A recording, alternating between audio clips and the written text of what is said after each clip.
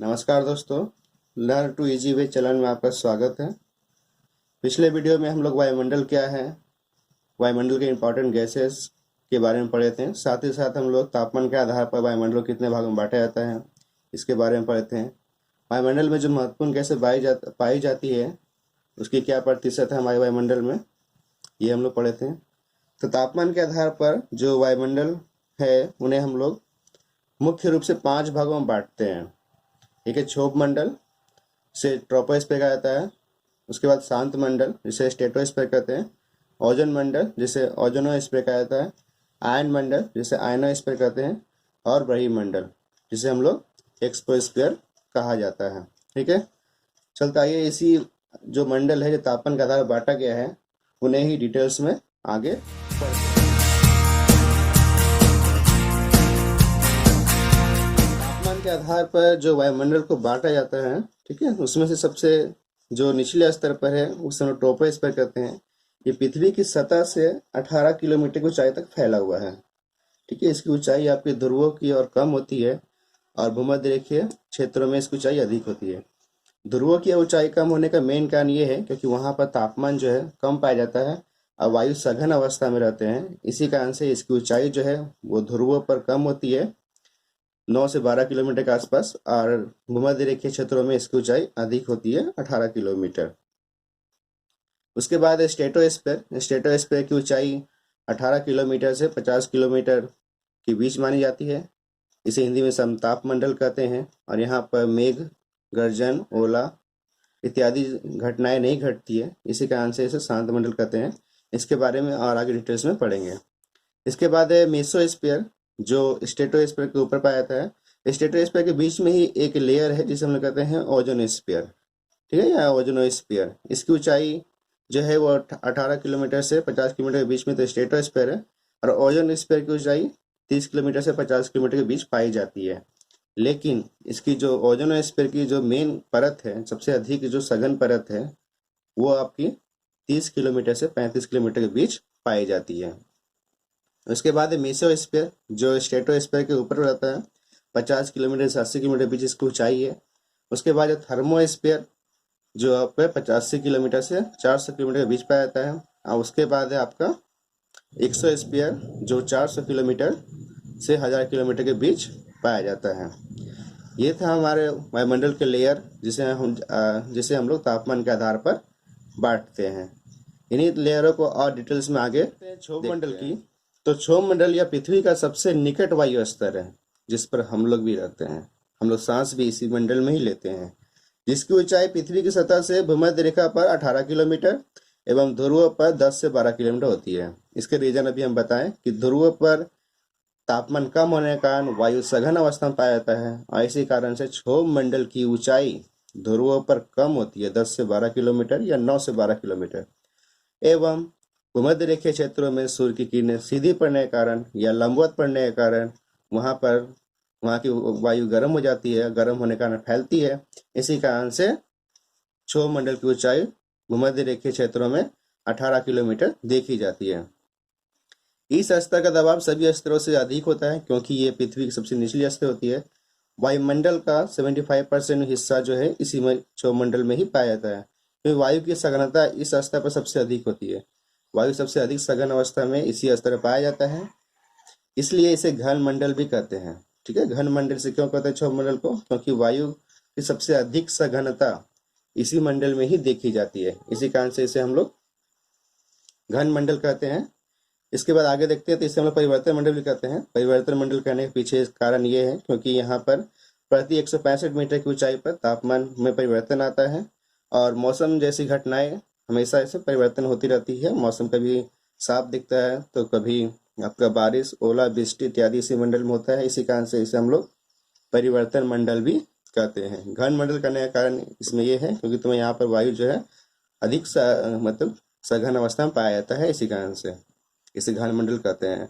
वायुमंडल के संपूर्ण वायु का लगभग 75% वायु इसी स्तर में पाया जाता है, हम लोग अभी बात किए।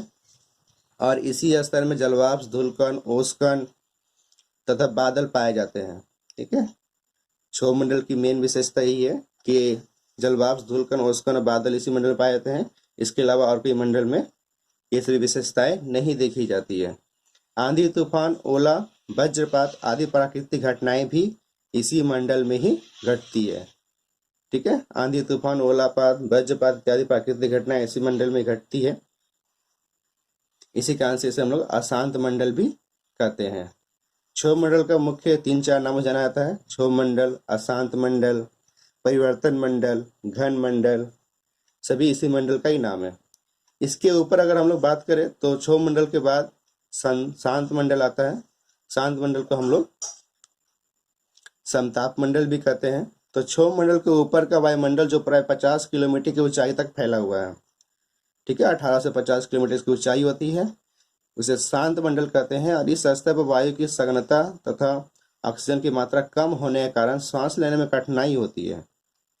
ठीक है, वायु की सघनता बहुत ही कम हो जाती है यहाँ पर, और इसी कारण से सांस लेने में दिक्कतें आती है इस मंडल में।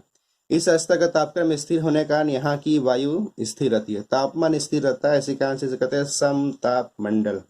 सम का मतलब बराबर और ताप का मतलब तापमान, तो समताप इसका नाम इसी कारण पड़ा क्योंकि यहाँ तापमान जो है वो बराबर रहती है।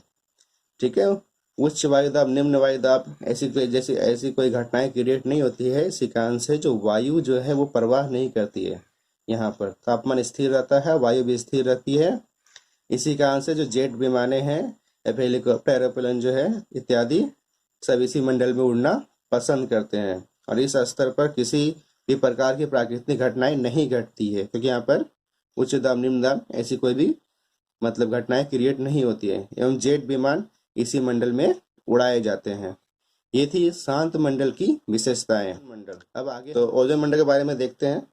ये शांत मंडल के ऊपर पाया जाता है। तो शांत मंडल से लगभग 30 किलोमीटर ऊपर के स्तर को ओजोन मंडल कहा जाता है। ओजोन मंडल ओजोन मंडल जो है वो शांत मंडल के बीच में ही पाया जाता है। ठीक है, क्वेश्चन आता है कि ओजोन मंडल किस मंडल में पाए जाते हैं, तो शांत मंडल के बीच में ही ये ओजोन मंडल स्थित होता है। ओजोन मंडल की सबसे अधिक सघनता 30 किलोमीटर से 35 किलोमीटर के बीच देखने को मिलती है। ओजोन गैस सूर्य से आने वाले पराबैंगनी किरणों, जिसे हम लोग अल्ट्रावायलेट रे को सोख लेती है। ठीक है, और पृथ्वी के सजीव जगत को नष्ट होने से बचाती है। जो अल्ट्रावायलेट किरणें, जिसे पराबैंगनी किरणें भी कहते हैं, उसे ये मंडल सोख लेती है। ठीक है, और पृथ्वी का जो सजीव जगत है उसको नष्ट होने से बचाती है। इस कारण से हम लोग इसको पृथ्वी का छाता भी कहते हैं। ठीक है, ये जो ओजोन गैस है उसका निर्माण ऑक्सीजन और एक जो पराबैंगनी किरणें आती है पृथ्वी की ओर, तो 2 ऑक्सीजन तो पहले से मौजूद होता है हमारे वायुमंडल में, पराबैंगनी किरणें से रिएक्शन करने के बाद एक और ऑक्सीजन बन जाता है, और उसी के कारण उसी को हम लोग ओजोन गैस कहते हैं। ये कुदरती करिश्मा कर सकते हैं हम लोग कि ओजोन गैस जो है वो सूर्य से जो हानिकारक किरणें हैं उन्हें तो रोक लेती है, लेकिन जो किरणें पृथ्वी के लिए लाभदायक है, पृथ्वी के जीवों के लिए, उन्हें आने देती है। ठीक है, तो इसकी मेन ऊंचाई जो है, मतलब जो सघनता है ओजोन मंडल की हमारे वायुमंडल में, वो आपके 30 किलोमीटर से 35 किलोमीटर के बीच देखने को मिलती है। इसके बाद आते हैं मेसोस्फीयर में, ओजोन स्फीयर के बाद। तो मेसोस्फीयर शांत मंडल की ठीक ऊपर 50 किलोमीटर से 80 किलोमीटर के बीच पाए जाने वाले स्तर को मध्य मंडल कहते हैं। ये शांत मंडल के ठीक ऊपर है, 50 से 80 किलोमीटर इसकी ऊंचाई होती है। अंतरिक्ष से प्रवेश करने वाले उल्कापिंड इस स्तर पर आने पर जल जाते हैं। अंतरिक्ष से जो भी उल्कापिंड पृथ्वी की ओर आते हैं तो वो मध्य मंडल तक आते आते वो जल के राख हो जाते हैं। तो अधिकतर जो ये मतलब उल्कापिंड है वो इसी मंडल में आके राख हो जाते हैं। ये इस मंडल की मुख्य विशेषताएं हैं, और सबसे कम तापमान भी इसी मंडल में पाया जाता है। ठीक है, ये थी मेसोस्फीयर की कुछ विशेषताएं। आगे देखते हैं, इसके बाद है आयन मंडल। तो आयन मंडल जिसे हम लोग आयनोस्फीयर कहते हैं, मध्य मंडल से 480 किलोमीटर की ऊंचाई वाले स्तर को आयन मंडल कहते हैं। ये मध्य मंडल के ऊपर पाया जाता है, और इस स्तर पर hydrogen, helium, ozone gas ion के रूप में पाई जाती है। तापमान इतना अधिक होता है कि यहाँ पर जो गैस है वो आयन के रूप में ही बदल जाते हैं। ठीक है, यहाँ का तापमान सबसे अधिक है, 1100 डिग्री सेल्सियस यहाँ का तापमान होता है। और इसी स्तर से रेडियो तथा दूरदर्शन तरंगों का प्रसारण होता है। हम लोग पृथ्वी से जो पृथ्वी का जो रेडियो स्टेशन है वहां से जो रेडियो का वेव छोड़ा जाता है, ठीक है, तो ये वायुमंडल में जाने के बाद ये आयन मंडल से ही टकरा के वापस पृथ्वी पर आता है। रेडियो या फिर दूरदर्शन, ये जितने सारे भी ये हैं, तो ये वायुमंडल से टकराने के बाद ही पृथ्वी पर वापस आता है और हम लोग को सुनाई देता है। इस स्तर पर गैस आयन के रूप में होने के कारण सूर्य की किरणों को शोषित करती है। अतः इस स्तर का तापमान 1100 डिग्री सेल्सियस 1100 डिग्री सेल्सियस होता है और रॉकेट इसी स्तर पर उड़ाए जाते हैं। ये थी आयन मंडल की। सबसे लास्ट मंडल है बरही मंडल, जिसे हम लोग कहते हैं एक्सोस्फीयर। इसके बारे में देखते हैं। तो ये आयन मंडल से लगभग 1200 किलोमीटर तक का स्तर बरही मंडल कहलाता है। 480 से 1200 किलोमीटर का स्तर, ठीक है। और इस स्तर में हाइड्रोजन गैस आंशिक आयन के रूप में पाए जाते हैं, मतलब बहुत ही पतली, ना के बराबर हाइड्रोजन गैस पाई जाती है इस मंडल में। और इस स्तर का तापमान 2000 डिग्री सेल्सियस होता है। ये हमारे वायुमंडल का सबसे अंतिम भाग होता है। इसके बाद अंतरिक्ष स्टार्ट हो जाता है, ठीक है। और इस वायुमंडल का जो स्तर है वो 2000 डिग्री सेल्सियस होता है। तो ये थी कुछ प्रमुख विशेषताएं जो हमारे वायुमंडल को तापमान का द्वारा बांटा गया है, जो नाम दिया गया था अलग अलग नाम। तो उसकी क्या क्या विशेषताएं हैं इसके बारे में हम लोग अभी पढ़ें।